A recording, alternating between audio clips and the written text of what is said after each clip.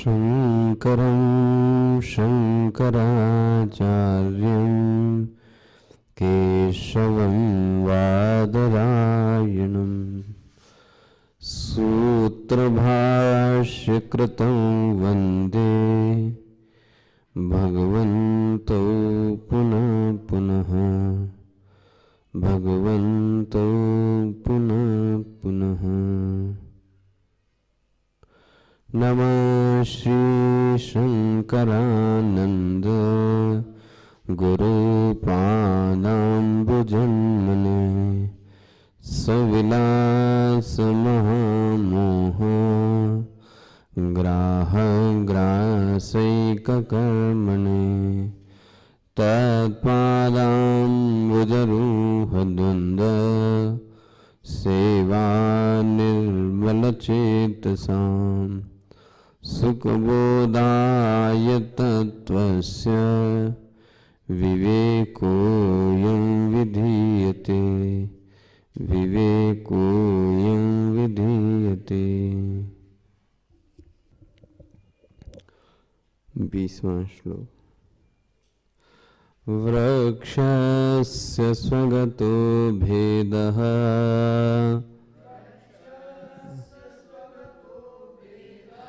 पत्रपुष्पफलादिभिः वेवला असदे वेदम् पुरासीदित्यवर्णयन् पुरासीदित्यवर्णयन्।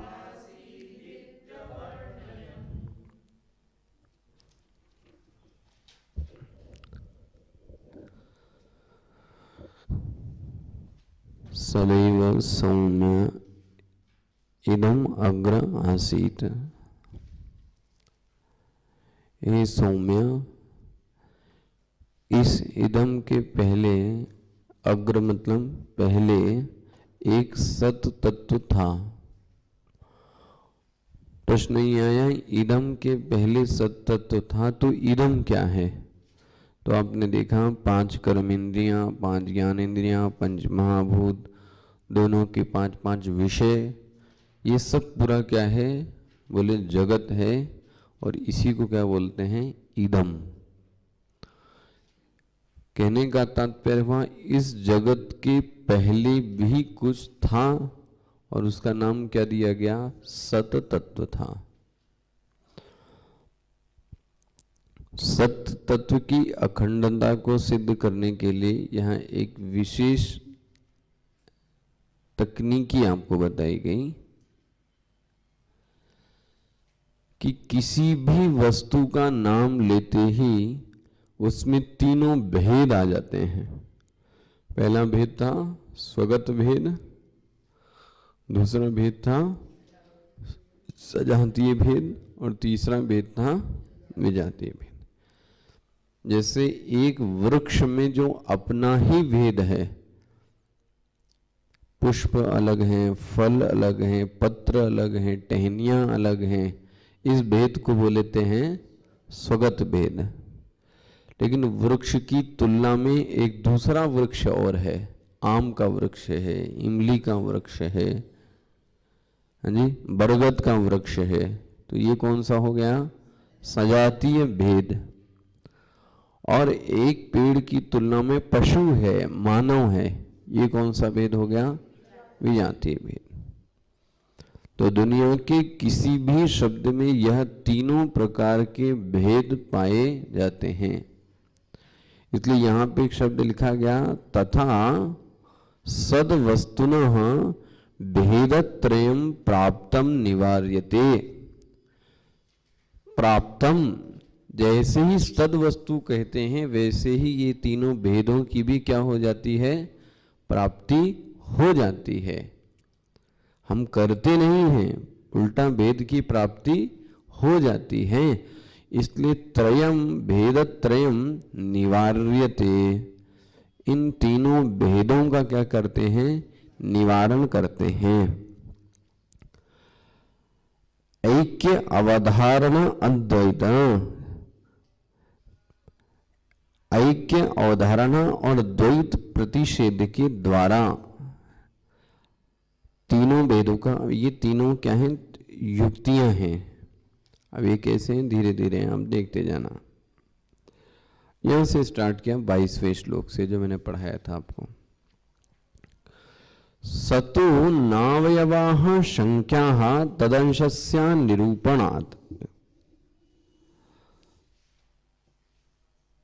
सत तत्व में अंश को नहीं मानना चाहिए, ठीक है। सत तत्व में कोई अंश नहीं है, कोई आकार नहीं है। जहां अंश होता है वह किसी वस्तु का होता है, वह वस्तु सीमित होती है, उसी का अंश होता है। और अंश तो तब आएगा जब नाम और रूप हो। बिना नाम और रूप के अंश तो आ ही नहीं सकता है। जैसे जब आपने बोला वृक्ष, तो वृक्ष भी कैसा है, अंश वाला है, तभी तो भेद हो गया।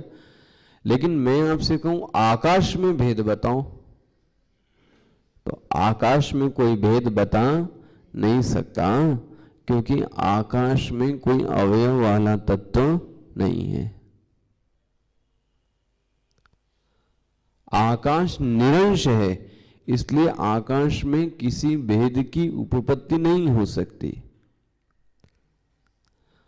अंश की बात तो तभी आती है जब नाम और रूप हो, तो फिर कोई क्या होगा, किसी का अंश होगा। यहां कहा जा रहा है सत तत्व में नाम रूप है ही नहीं, इसका मतलब वहां अंश है नहीं। क्लियर हो रहा है? जब अंश होगा इसका मतलब नाम और रूप भी होगा, और नाम और रूप ही क्या है, जगत है। तो सत तत्व में स्वगत भेद नहीं है। स्वगत भेद न होने का कारण क्या है, क्योंकि वो कैसी है, निरंश। जो चीज अंश वाली होती है भेद उसी में होता है। जो चीज अंश वाली है ही नहीं उसमें भेद हो ही नहीं सकता, और वो भी स्वगत भेद नहीं हो सकता। बोलो जी, नहीं समझ में आया तो पूछिए इसको। ये चीज नहीं समझ में आए निरंश का तो पूछिए।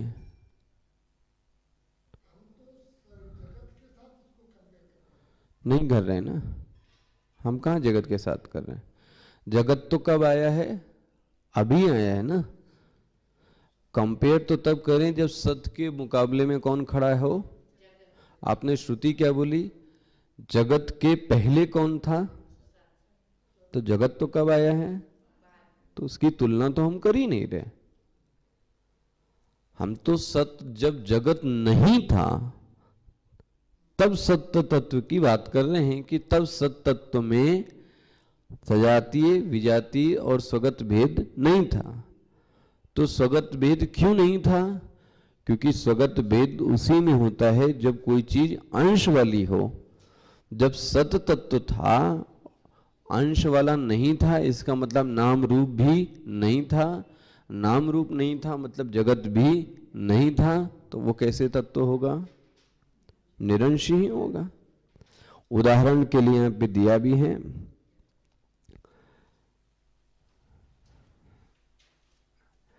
नाम रूपो भवस्यैव सृष्टित्वा सृष्टितः पुरा। देखो जी, नाम रूप का उद्भव ही सृष्टि होने के कारण सृष्टि के पहले उनकी उत्पत्ति नहीं थी। जो नाम और रूप की उत्पत्ति हुई है वह सृष्टि के समय हुई है। क्या हुआ, नाम और रूप की जो उत्पत्ति हुई है वह सृष्टि के समय हुई है। नाम रूप नहीं था इसका मतलब सृष्टि भी पहले नहीं थी। तो बोले निरंश तत्व कैसे था, तो बोले कौन सा उदाहरण है, ना तयोः रूप भव तस्मात्, इसका उदाहरण क्या है? निरंश। कौन है? वियत। वियत का अर्थ क्या है? आकाश। जैसे आकाश तत्व में कोई अंश नहीं है, जैसे ये आकाश अभी आप देखते हैं, इसमें कोई अंश, मैंने कहा था अगर एक दृष्टि से देखें तो आप कह सकते हैं कि अंश वाला है, कि नाक के छिद्र का आकाश अलग है और पेट का जो आकाश है वह अलग है। जो पेट का आकाश है और जो नाक का आकाश है, तो कोई कह सकता है नाक के आकाश में और पेट के आकाश में क्या है? अंतर है। नाक के आकाश से हम सांस लेते हैं, पेट का आकाश इतना बड़ा सारा है। लेकिन अगर आप देखो तो यह जो अंतर कर रहे हैं हम, ये किसकी दृष्टि से कर रहे हैं? शरीर की दृष्टि से। जो महाकाश बाहर है वही महाकाश कहां है? हमारे आकाश में कोई अंतर, उल्टा आकाश को परिच्छिन्न करने के लिए कौन आ गया? ये शरीर। परिच्छिन्न आकाश नहीं हुआ, परिच्छिन्न कौन है? शरीर। लेकिन हम आरोप किस पे लगा देते हैं? आकाश पे, कि फिर नाक के छिद्र का आकाश अलग है, कान के छिद्र का आकाश अलग है और पेट के छिद्र का आकाश अलग है, जबकि ऐसा आकाश अलग तो नहीं है। ये अंतर समझ में आया? कहने के लिए आकाश में अंतर है, लेकिन आकाश में भी अंतर नहीं है। जो महाकाश अभी बाहर स्थित है वही महाकाश कहाँ है?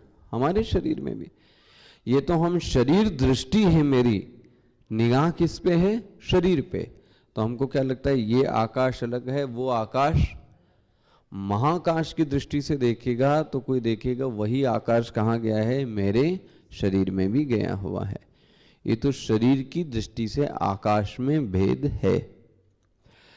तो स्वगत भेद न होने का सबसे बड़ा कारण है कि वहां नाम और रूप पहले से है ही नहीं। नाम और रूप एक बार होता तो स्वगत भेद के बारे में सोचा जा सकता था। नाम रूप क्यों नहीं है? क्योंकि अभी वो कैसा है? निरंश है। नाम रूप तो तभी होगा जब कोई अंश वाला चीज हो, जैसे माइक, तो ये अंश वाला है तो इसका नाम क्या पड़ गया? नाम है, और इसका एक रूप है। कोई भी चीज जो नाम और रूप वाली होगी वह सांश होगी। सांश मतलब अंश सहित होगी, जो भी नाम और रूप वाली चीज होगी। क्लियर हुआ क्या हुआ? क्योंकि वहां पर निरंश है, नाम रूप नहीं है, जगत नहीं है, इसलिए सत तत्व में स्वगत भेद हो ही नहीं सकता। स्वगत भेद के लिए वह चीज अंश वाली होनी जरूरी है, और जब अंश ही नहीं है तो फिर नाम और रूप भी नहीं है, तो स्वगत भेद नहीं हो सकता। या दूसरी दृष्टि से देखें, स्वगत भेद होता किस में है? पेड़ में स्वगत भेद है। क्यों? क्योंकि पेड़ में अंश है। कपड़े में स्वगत भेद है, क्योंकि कपड़ा अंश वाला है। शरीर में स्वगत भेद है, क्योंकि शरीर अंश वाला है। इसका मतलब स्वगत भेद वहीं पर दिख रहा है जहां पर आकाश में स्वगत भेद नहीं है, कि ये आकाश अलग है, वो आकाश अलग है। बोले आकाश तो एक है, आकाश में कोई अंतर नहीं किया जा सकता। ये क्लियर हो गया? इसलिए देखते 23वां श्लोक, नाम रूपोद्भवस्यैव सृष्टित्वात् सृष्टितः पुरः न तयोः भवः तस्मात्। नाम और रूप की सृष्टि पहले हुई ही नहीं है, इसलिए तस्मात् निरंश।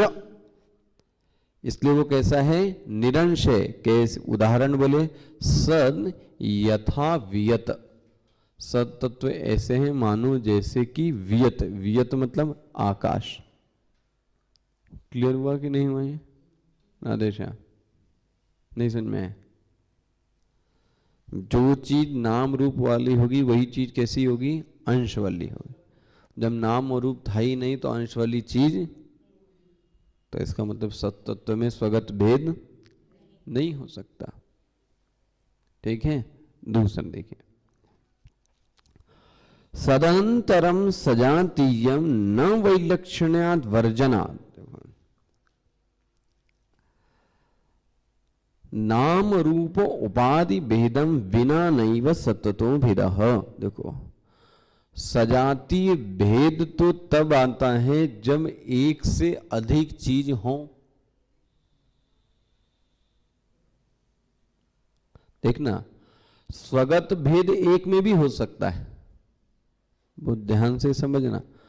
स्वगत भेद तो एक चीज में ही हो सकता है। जैसे कितना पेड़, लेकिन एक पेड़, एक पेड़। भाई आपका शरीर कितना है, लेकिन इसमें स्वगत भेद है या नहीं है? कितने में है? एक में भेद है।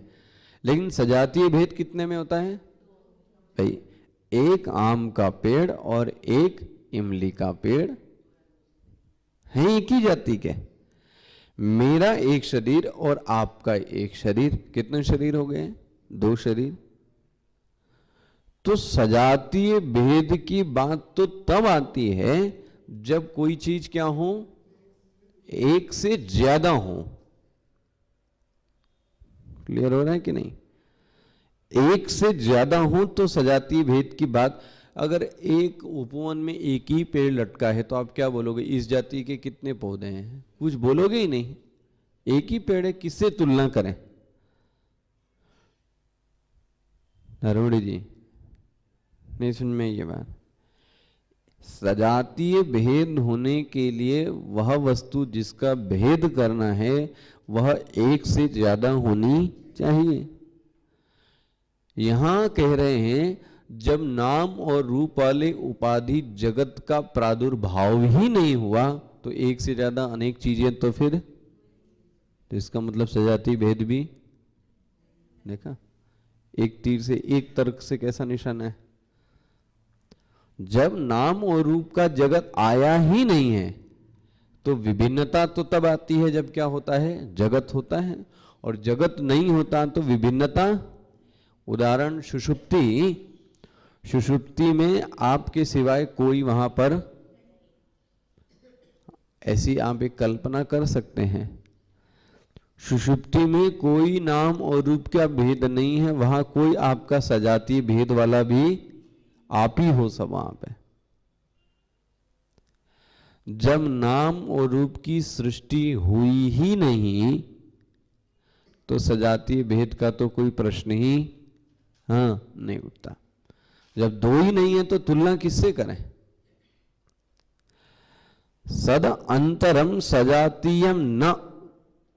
इसके बाद सजातीय भेद नहीं है। बोले क्यों? वैलक्षण्य वर्जनात्। वैलक्षण्य के कारण, विलक्षणता के कारण, कि वहां पर दो से ज्यादा चीजें तो, एक से ज्यादा चीजें तो है ही नहीं है, तो फिर किससे तुलना करें? नाम रूपोपाधि भेदम बिना नैव सतो भेदा। देखो, नाम रूप उपाधि के बिना भी सत में भेद नहीं है। मतलब नाम और रूप की उपाधि नहीं थी सत तत्व के समय, तो उस समय सजातीय भेद भी नहीं था। क्लियर हो गया? वैलक्षण मतलब एक से ज्यादा चीजें नहीं थी, ऐसा समझिए। वो विलक्षण हिंदी वाला मत लाना। हिंदी वाला ले, विलक्षण प्रतिभा के धनी थे, वो नहीं। वेदांत में कभी कभी इसको बोलते विपरीत लक्षणम। विलक्षण मतलब विपरीत लक्षणम, विविधम लक्षणम, वैचित्र लक्षणम। क्या बन गई बात अब आपकी? जब नाम और रूप की सृष्टि ही नहीं थी तो फिर स्वगत भेद भी नहीं हो सकता। नाम रूप की सृष्टि नहीं है तो इसका मतलब एक से ज्यादा तत्व भी, इसका मतलब सजातीय भेद तो तब होता है जब, पकड़ में है, और विजातीय भेद तो तभी होगा जब सजातीय हो। जब दूसरी जाति का होने का मतलब ये है कि नाम और रूप की सृष्टि तो होनी, तभी तो दूसरी जाति भी होगी। वैचित्रता तो तभी होगी जब सृष्टि हो। तो वो तीसरे वाले में तो विजातीयम सत्तु न खल्वस्तीति गम्यते, सत का विजातीय तत्व तो असत है। और बोले दूसरी दृष्टि से भी समझ लो, सभी चीजें कैसी हैं? सत। सत मतलब है अस्तित्व। इसकी दूसरी जाति क्या होगी? सत तत्व की दूसरी जाति क्या होगी? तो क्या बोलोगे इसको? अनस्तित्व है ना। तो बोला अनस्तित्व नाम की कोई चीज तो यहां पर, सब चीज का तो यहां पर क्या है? तो बोले विजातीय भेद तो हो ही नहीं सकता, ना हो। अगर आप ऐसी चीज ढूंढने जाते हो, इसका मतलब उस ढूंढने क्यों जा रहे हो? क्योंकि उस चीज का अस्तित्व है। तो कितने सुंदर तर्क से इसका निरसन किया है। पकड़ में है ना। विजाति की तो बोले भेद की बात ही नहीं की जा सकती, क्योंकि सत तत्व का विजाति तत्व कौन होगा? असत। भेड़ है, उसका विजाति तत्व कौन होगा? पुरुष। जाति में भेद आ गया कि नहीं आ गया? नारी, पेड़, शिलाखंड, पर्वत, ये कैसे हो गए भेद? विजातीय तत्व, मतलब दूसरी जाति के होना। तो मैं आपसे क्या कह रहा हूं, सत तत्व की जाति के अलावा दूसरी जाति बताओ। सत तत्व की जाति से भिन्न कोई और चीज बताओ। तो बोले वो भी कैसा है? अगर है भी तो ये कहने के लिए क्या बोल सकते हैं? असत। और असत का कोई अस्तित्व तो बोले असत का अस्तित्व हो, इसका मतलब असत नाम की कोई चीज तो यहां पर, तो फिर तो बोले विजातीय का भेद भी नहीं है। लो जी, विजातीय भेद की तो कल्पना भी नहीं कर सकते, क्योंकि उसके प्रतियोगित्व में कोई दूसरी जाति भी तो हो। ये सब पूरी बात एक रहस्य से खोल दी कि सृष्टि नहीं थी, नाम रूप, इसी से तीनों भेदों का क्या हो गया? निरसन हो गया। अंश नहीं है, स्वगत भेद नहीं है, सृष्टि नहीं हुई, दूसरी चीज नहीं है, सजातीय भेद नहीं है, विजातीय भेद के अस्तित्व का कोई प्रश्न ही नहीं उठता। क्लियर हुआ कि नहीं? मैं आपको क्या, विजातीयम असत्तुना खल्वस्तीति गम्यते नास्यता प्रतियोगित्वम। देखो जी, बोले सत तत्व का प्रतियोगी तत्व कौन है? बोले असत है। तो बोले असत का अस्तित्व तो बोले उसकी बात क्या कर रहा? जिसका अस्तित्व ही नहीं है उसकी बात क्या कर रहा? तो बोले इसका मतलब सत तत्व का कोई विजातीय भेद भी है। विजातीय भेद समझ में आ गया ना? जो जाति अलग अलग होती हैं, पेड़, पशु, मानव, राक्षस, शिलाखंड, ये सब कैसी हो गई? विजातीय भेद। क्लियर हो गया? तो बोले एकम स्वगत भेद के लिए एकम एक है, एवं वही ही है। किसका भेद का निराकरण हो गया? सजातीय का। अद्वितीयम, अद्वितीयम से विजातीय भेद। एकमेवा द्वितीयम, एक कहने से स्वगत है, बोले दो तो है ही नहीं। और एक में भी कैसा है? हेतु क्या दिया? एक भी कैसा है? निरंशत्वात्, है ना। फिर बोल दिया एवं, दूसरे की तो बात ही नहीं करो, कितनी है? एक ही है। तो फिर सजातीय भेद तो हो ही नहीं सकता, दूसरा कोई चाहिए। बोले अद्वितीयम, बोले द्वितीय की तो बात ही नहीं करो, क्या? अद्वितीयम। तो तीनों एक्चुअली में देखो तो बताते एक को ही है, एकम एवं अद्वितीयम। लेकिन एक शब्द स्वगत भेद का निरसन करता है, एवं शब्द सजातीय भेद का निरसन करता है और अद्वितीयम शब्द विजातीय भेद का निरसन करता है। क्लियर हुआ ये डोमिंग? देखिए आगे। अब जब कई लोगों को ये कहा जाता है कि वहां पहले कुछ भी नहीं था, तो तुरंत हमारा ध्यान एक चीज के ऊपर जाता है। जैसे उस दिन उन्नमा ने भी बोल दिया शून्य था। वेदांत ने इसके बारे में 2-4 प्रश्न उठाए हैं। शून्य सत का नाम है कि असत का नाम? दूसरी शब्दों में बोल दें, शून्य भाव का नाम है कि अभाव का नाम? हाँ, मतलब क्या भाव है कि अभाव? शून्य भी एक भाव है। कितने नंबर मिले? जब आपकी कॉपियां चेक होती हैं और कुछ ऐसा कोई एग्जामिनर नहीं करता कि 50 और ऊपर क्या करता है खाली ब्लैंक कर दे। नहीं नहीं नहीं, कुछ तो वहां पे क्या करेगा आपको, 00। आप बैंक में भी देखना तो आगे क्या लगाएंगे? शून्य एक गुणवाची शब्द है, शून्य एक भाववाची शब्द है। पकड़ में आ गया? हम अभाव को बताने के लिए यूज किसका कर देते हैं? भाव का। ये सब शून्यवादियों के लिए है ना। बौद्धों में आपको बताया था, बौद्धों के भी 4 भेद होते हैं, ठीक है? सौतांत्रिक, वैभाषिक, माध्यमिक और शून्यवादी। ये 4 भेद हैं।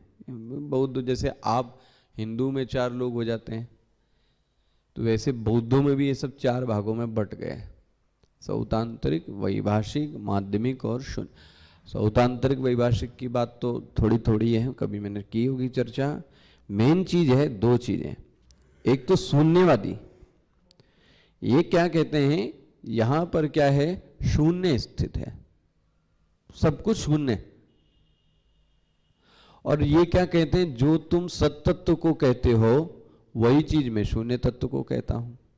अच्छा देखो इन्होंने कैसे फंसाया है। वेदांत ध्यान से समझना, वरना लोग ज्यादातर समझ लेते हैं शून्य मतलब वही सत तत्व। वो क्या कहते हैं, आप अपने सत तत्व की व्याख्या कर सकते हो? क्या आप अपने सत तत्व की व्याख्या कर सकते हो? बोले नहीं कर सकते, अनिर्वचनीय है। तो बोले हमारा शून्य भी, शून्य की भी व्याख्या कोई कर सकता है? शून्य भी कैसा है?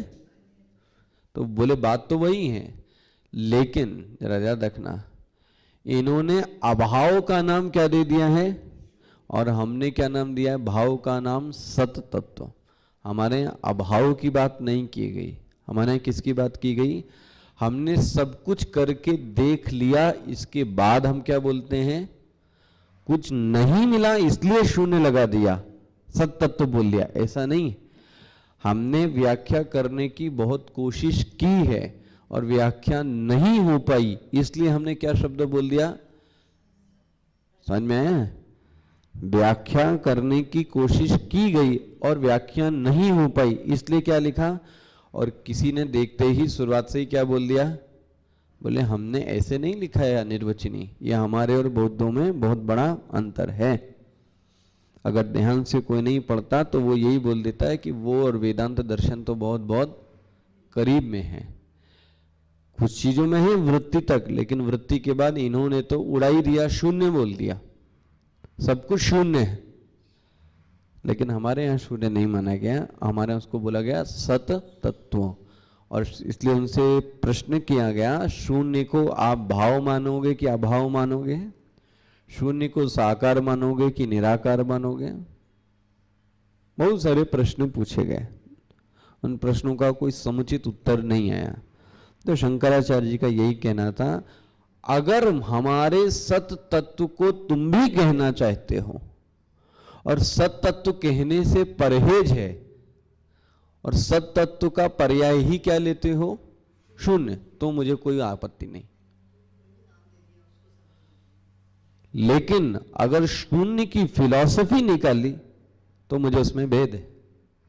चाहे राम कह लो चाहे कृष्ण कह लो, मुझे उसमें कोई आपत्ति नहीं है, लेकिन सत तत्व की जगह अभाव के भरने के लिए तुमने शून्य दे दिया तो गलत है, याद रखना।